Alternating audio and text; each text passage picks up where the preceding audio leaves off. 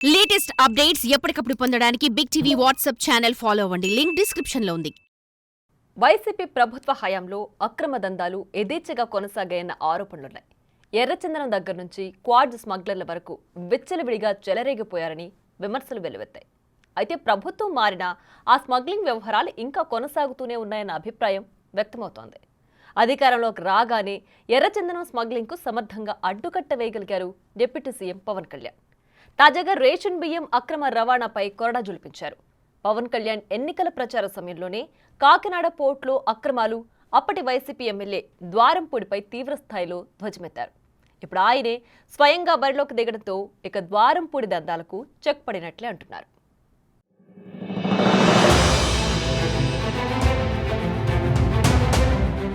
Dwarampudi Chandrasekhar Reddy Kakinada city మాజీ MLA అయిన YCP నాయకుడు. ఒకప్పుడు కాకినాడ ఆయన అడ్డా. వైసీపీ అధికారంలో ఉన్న 5 ఏళ్లు అతని హవా నడిచింది. అధికారంతో పాటు వ్యాపారాలు చేసుకుంటూ రాష్ట్ర రాజకీయాలను శాసించే పరిస్థితి. ప్రస్తుతం పరిస్థితి మారింది. ఎప్పుడైతే ఆ నేత తలరాతను మార్చేలా జనసేన అధినేత పవన్ కళ్యాణ్ ప్రతిజ్ఞ చేశారో అక్కడి నుంచి సీన్ మారింది. వైసీపీ ఘోర ఓటమి తర్వాత వరుసగా వస్తున్న విమర్శలు, ఆరోపణలతో ఉక్కిరిబిక్కిరవుతున్నారంట. ఉన్న కేసులు మెడ చుట్టూ బిగుసుకుంటుంటే కనీసం అధిష్టానం కూడా పట్టించుకోకపోవడం మరింత కుంగదీసే అంశంగా మారిందట.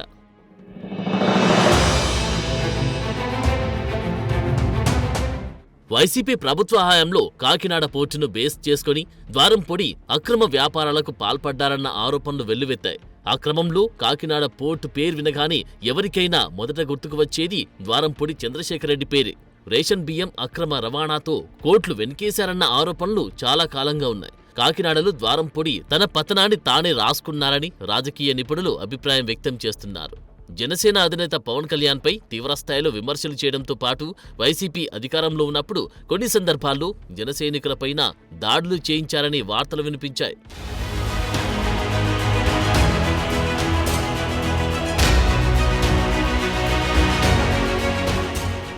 అంతేకాదు ఓ అడుగు ముందుకేసి ఆ మాజీ ఎమ్మెల్యే పిఠాపురంలో పవన్ కళ్యాణ్ ఓడించి తీరుతామని ఛాలెంజ్ చేశారు. ముద్రగడ పద్మనాభంతో కలిసి పిఠాపురంలో జనసేనాని ఓడించడానికి సర్వశక్తులు ఒడ్డారు.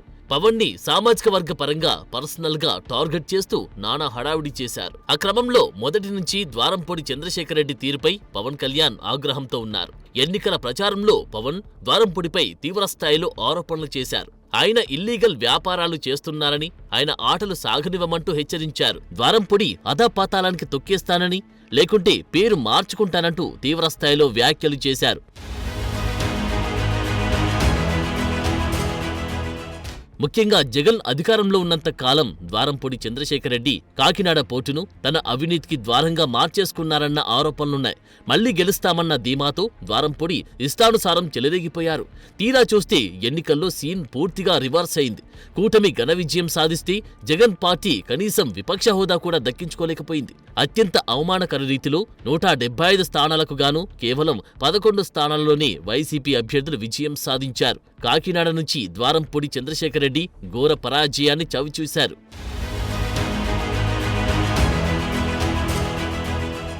కూటమి అధికార పగ్గాలు చేపట్టిన తర్వాత పౌర సరఫరాల శాఖ మంత్రిగా బాధ్యతలు చేపట్టిన నాదెండ్ల మనోహర్ కాకినాడ బియ్యం మాఫియాపై ప్రత్యేక దృష్టి పెట్టారు. కొన్ని రోజుల పాటు కాకినాడలోనే మకాం వేసి రేషన్ బియ్యం అక్రమ రవాణాను నిరోధించగలిగారు.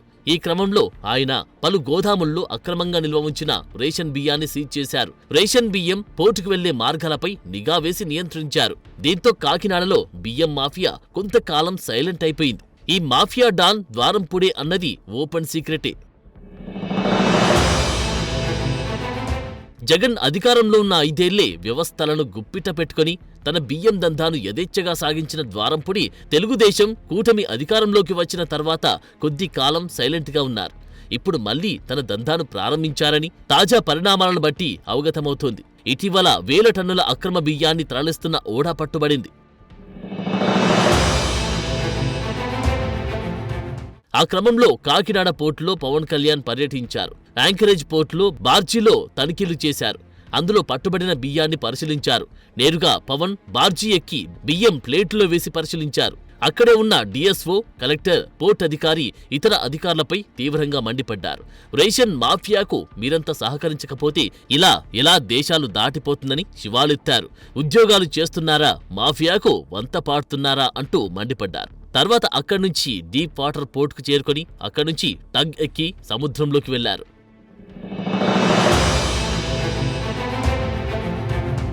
ఆయన టగ్గెక్కి 9 నాటికల్ మైళ్ళ దూరంలో ఉన్న పశ్చిమ ఆఫ్రికా నౌకస్టెల్లా ఎల్ పనామా వద్దకు బయలుదేరారు. నౌక వద్దకు వెళ్లిన తర్వాత పైకి ఎక్కి ఎగుమతికి సిద్ధంగా ఉన్న 640 టన్నుల బియ్యాన్ని పరిశీలించారు. ఎమ్మెల్యే కొండబాబు సమక్షంలో అధికారులపై మండిపడ్డారు. రేషన్ మాఫియాపై ప్రభుత్వం సీరియస్ గా ఉన్న క్షేత్రస్థాయిలో పరిస్థితులు భిన్నంగా ఉన్నాయని అసహనం వ్యక్తం చేశారు.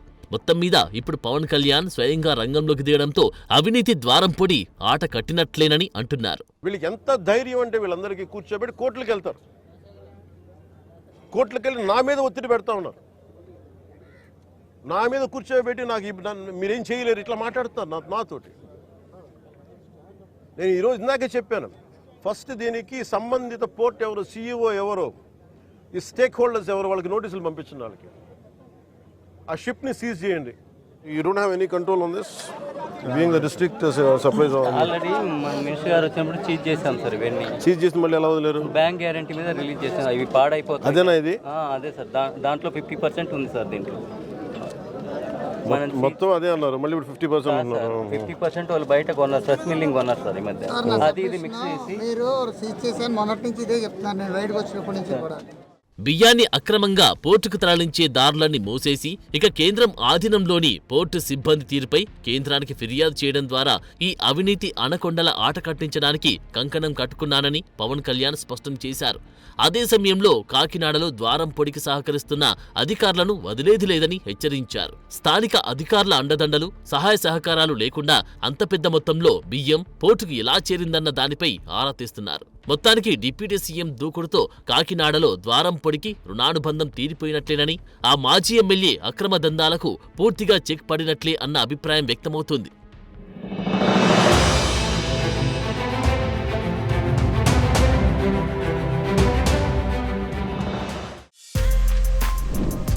For more videos like this, subscribe Big TV channel.